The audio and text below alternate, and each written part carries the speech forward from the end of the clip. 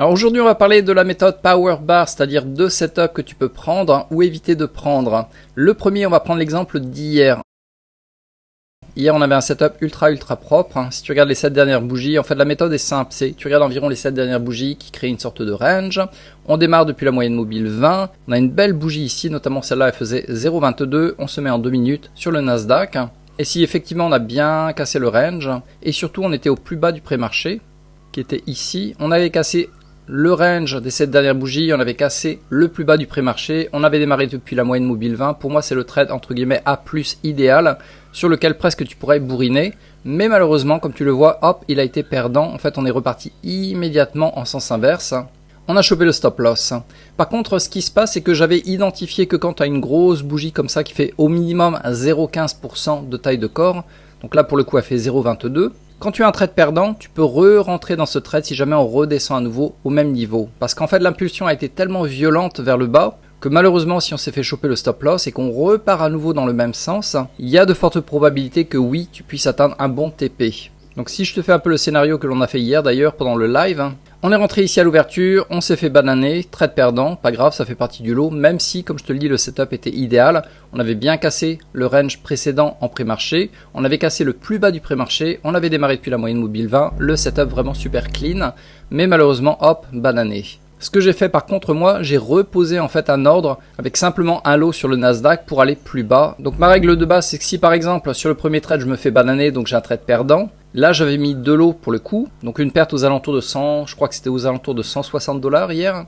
Si je reprends le trade, je vais diminuer ma taille de lot par 2.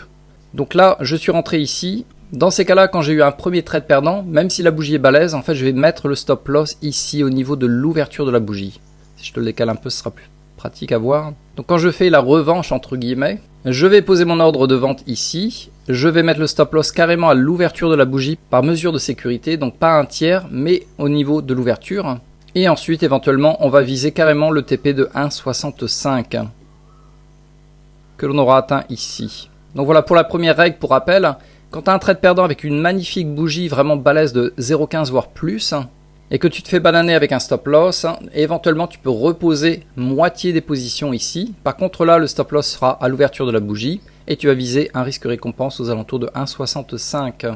Et j'avais fait vraiment les stats comme ça, comme tu le vois, c'est ce que j'appelais le rachat après un trade perdant, uniquement avec une bougie qui serait au minimum 0,15 voire plus. Et au total sur presque 2 années, ça c'est 2 années de data, 9 fois ça a fonctionné, 8 fois ça n'a pas fonctionné. C'est-à-dire 8 fois tu auras un trade perdant, 9 fois tu auras un trade gagnant. Donc les stats sont pas vraiment folichons on va dire en termes de performance. Cependant si tu prends un risque récompense de 1,65, c'est quand même assez avantageux. Donc voilà, c'est pas une recommandation de le faire ou de ne pas le faire, c'est simplement basé sur les stats. En gros 50% du temps ça va fonctionner, mais vu que tu gagnes beaucoup plus que ce que tu ne vas perdre, ça vaut le coup éventuellement de reprendre le trade. Par contre, recommandation, ne charge pas la mule, prends un petit risque parce que précédemment tu as déjà eu un trade perdant. Et pour la deuxième partie de cette vidéo, je vais répondre à la question en fait de El Sada. Je suis pas sûr que je l'ai bien prononcé, ton prénom. Donc il m'a posé la question que quand on démarre trop loin de la moyenne mobile 20, comment est-ce que je fais pour calculer la distance? Est-ce qu'on peut avoir un chiffre plus précis mathématique? On va voir ça en fait. Donc c'était avec l'exemple, c'était le vendredi dernier, le 9. Parce que de mon côté, j'avais évité ce trade. Même si la bougie, tu vois, elle faisait 0,18, en fait, pour moi, on était trop éloigné de la moyenne mobile 20, je ne l'ai pas pris, effectivement, il aura été perdant. Donc comment est-ce qu'on peut calculer le trop loin? En fait, personnellement, c'est à vue de nez. J'ai l'habitude, en fait, de trader live ce genre de setup, donc là, je vois qu'effectivement, on est vachement éloigné de la moyenne mobile 20. Mais si tu veux une formule plus ou moins mathématique, tu peux prendre ton Fibonacci, et tu prends depuis la mèche jusqu'au bas du corps, et tu prends environ du 50%, donc c'est le trait bleu. Et tu te dis voilà, si on atteint à peu près les 50% ici, sur la moyenne mobile 20, ça peut passer. Donc comme tu le vois là par exemple, en termes de distance, on est plus loin que 50%. On est peut-être aux alentours de 2 tiers carrément de cette bougie, donc je ne le prends pas. Je peux te donner un autre exemple, peut-être visuel.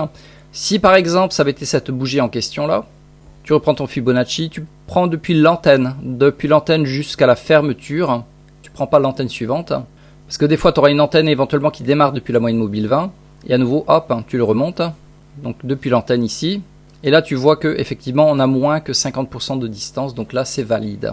C'est un peu loin, mais ça va. Si je te le refais à nouveau ici, pour que tu comprennes mieux, tu prends depuis l'antenne, hop, jusqu'au corps, tu le remontes depuis l'antenne, Et tu vois que effectivement on n'a pas touché la moyenne mobile, donc là on a plus de 50%, on est aux alentours de 2/3 de cette distance, donc trop loin.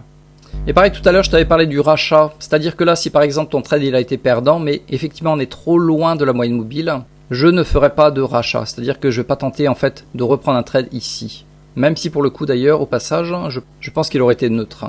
Donc voilà pour l'explication par rapport au Power Bar. Et si jamais je peux te remontrer quelques trades que l'on a eu en janvier, qui ont été d'ailleurs très très positifs. On avait le 8 janvier, si je te le montre, hop, le 8 janvier. Le 8 janvier c'était le trade entre guillemets idéal, pareil, hop, on a démarré depuis un range, comme ça qui était assez serré, on l'a bien cassé avec une bougie qui était balèze, 0,17. Le bas du pré-marché, il était beaucoup plus loin, il était ici là. Donc on a quand même de la marge de manœuvre pour retaper au minimum le pré-marché bas. On a démarré depuis la moyenne mobile 20 comme tu le vois. Donc là c'était parfait. Hop, on rentre à la bougie d'après. Généralement quand la bougie est assez balèze, notamment là elle faisait 0,17, je vais mettre le stop loss aux alentours de 1/3 du corps de la bougie. Et ensuite effectivement c'est bien descendu. C'est très très bien descendu jusqu'à faire un gros TP. Et voilà, c'était juste pour te montrer un peu la configuration, l'explication du oui quand tu démarres depuis la moyenne mobile 20 c'est beaucoup plus idéal. Également, je peux t'en montrer un autre que j'ai pas pris. En fait, quand c'est marqué en orange comme ça sur mon fichier Google, généralement, ce sont les trades que je vais éviter. Donc, on va passer au travers le 5. Donc, c'était le 5 janvier. Donc, pour la méthode Power Bar, si la première est pourrie, éventuellement, je peux prendre la deuxième. Le problème avec celle-là, c'est qu'on a démarré depuis l'opposé de la moyenne mobile 20 et on a fermé juste en dessous. Si par exemple, on avait fermé bien plus loin ici, ça aurait été OK. Mais en termes de proportion, en fait, on est à peine fermé en dessous de la moyenne mobile 20, donc ça peut rebondir et repartir en sens inverse. Donc là, celui-là, je ne l'ai pas pris et je pense qu'il aurait fait un TP1, parce que la bougie faisait 0,13, donc on aurait mis le stop loss ici. Effectivement, on serait descendu aux alentours de 1,42, aux alentours de 1,42, et hop, c'est reparti ici avec break-even. Donc on aurait eu le TP1, mais je ne l'ai pas pris. Donc voilà, on a fait le 5, on a fait le 8, le 9 que je t'avais montré tout à l'heure, on était trop loin, hop, de la moyenne mobile 20.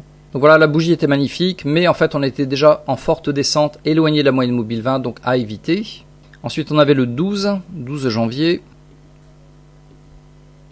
Donc le 12 janvier c'est pareil, en fait on avait un magnifique sorte de range ici, c'était assez serré, juste avant l'ouverture, donc la première bougie d'ouverture de 2 minutes, elle faisait quand même 0,31, donc super balèze.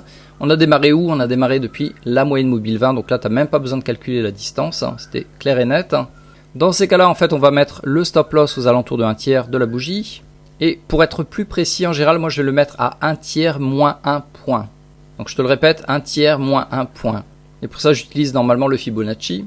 Et pareil, si jamais ça t'intéresse de nous rejoindre au live, en fait, pendant le live, à chaque fois, je vais dire exactement où je pose le stop loss, où je vais mettre le TP1, où je vais mettre le TP2. Donc pour le TP1, je vais par contre le calculer sur la totalité du corps. Donc le stop loss il est 1/3 moins 1 point. Mais par contre pour le TP1, je fais risque récompense de 1 basé sur la totalité du corps de la bougie. Donc là effectivement, hop, on l'avait atteint aux alentours de ici. Et après ça stagnait jusqu'à 17h. Et généralement, si je suis toujours dans un trade à partir de 17h, je vais le fermer exactement à 17h. Même si par la suite il aurait été gagnant. Donc je ne laisse pas courir, je le ferme, je m'enquiquine pas à 17h, je plie bagage. Donc là, pour le coup, on aura fait juste le TP1. Et le dernier que je t'avais montré, c'était le 14. Donc c'était hier. Pareil, le setup vraiment idéal. Pour moi, c'était presque magnifique. C'est là où vraiment tu sens que tu peux bourriner. Mais finalement, je ne bourrine pas. Parce qu'en fait, je garde toujours le même money management. Mais honnêtement, vraiment, le setup était propre. Avec un beau range ici pendant les 7 dernières bougies. On l'a bien cassé avec une grosse bougie de 0,22. On a cassé aussi le pré-marché. Donc on avait vraiment du potentiel pour aller bien plus bas. Mais en ce moment, le marché il est un peu bizarre, on va dire. Et hop, c'est rebondi directos. Choper mon stop loss. Par contre, comme je te l'avais montré, on a la possibilité de reprendre le trade avec la moitié des lots et de descendre jusqu'à un bon TP ici. Et c'est exactement ce que j'ai fait hier pendant le trade live. On a mangé une perte, mais j'ai reprogrammé un ordre de vente ici. Et on est descendu jusqu'à choper le TP. Donc voilà pour l'explication par rapport à la distance de la moyenne mobile 20 et par rapport à la possibilité de reprendre le trade s'il revient dans le même sens, à condition, comme je te l'ai dit, que la première bougie soit balèze, notamment au minimum 0,15%. Cependant, les statistiques ne sont pas vraiment en ta faveur pour le rachat ou pour la reprise du trade. On est aux alentours de 50-50. Cependant, si tu vises un TP de 1,65, même si tu es aux alentours de 50-50, tu vas gagner plus que ce que tu vas perdre. Ça vaut le coup éventuellement d'ajouter ça sur la stratégie. Voilà, donc n'hésite pas si tu le souhaites également à nous rejoindre au live. En dessous de la vidéo, dans la case description, j'ai rajouté un lien qui va te montrer toutes les modalités et éventuellement prendre rendez-vous pour en discuter avec moi sur Zoom.